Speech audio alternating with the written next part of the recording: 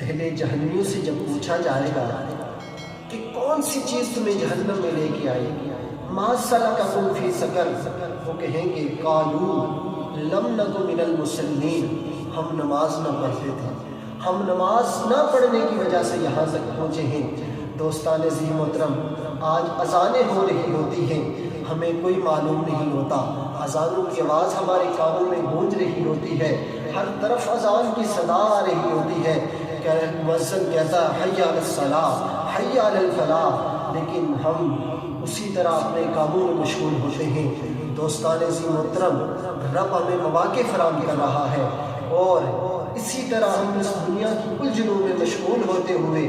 ان تماشوں میں مشغول ہوتے ہوئے ایک دن آنکھ بند ہو جانی ہے، ایک دن آنکھ بند ہو جائے گی، اور جب آنکھ کھلے گی تو بندہ اس وقت کی شرمندگی سے بہتر ہے، اس وقت کے پچھتاوے سے بہتر ہے کہ آج اپنے رب سے لو لگا لیں، اپنے رب کے حضور سجدہ ریز ہو جائے، دعا کریں، رب کے حضور توبہ کریں، معافی مانگیں، وہ رب معاف فرمانے والا ہے۔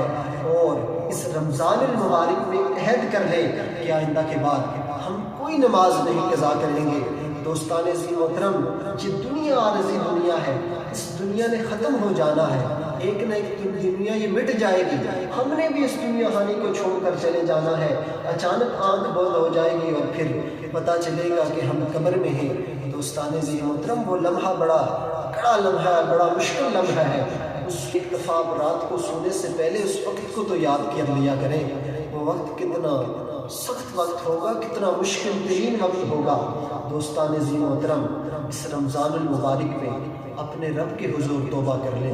اپنے رب سے معافی مانگیں، وہ رب معاف فرمانے والا ہے، اپنے رب کے حضور سچے دل سے توبہ کریں۔ ماں اگر آپ کوئی غلطی کرے نا تو ماں سے معافی مانگے تو ماں معاف فرما دیتی ہے، وہ بیٹا کر کے پکار کر گلے لگا لیتی ہے، وہ رب تو 70 ماؤں سے زیادہ پیار کرنے والا ہے، وہ تو معاف فرمانے والا ہے۔ رب کہتا ہے مجھ سے مانگو میں معاف فرماؤں گا۔ رب تو کائنات کا رب ہے، وہ سب جہان کو پالنے والا ہے، وہ معاف نہیں کرے گا تو کون کرے گا؟ اٹھے تہجد کے ٹائم اپنے رب سے لو لگانے، اپنے رب سے معافی مانگیں، اور اس رمضان المبارک میں عہد کریں، پکا عہد کریں کہ ہم آئندہ کے بعد نماز نہیں قضا کریں گے۔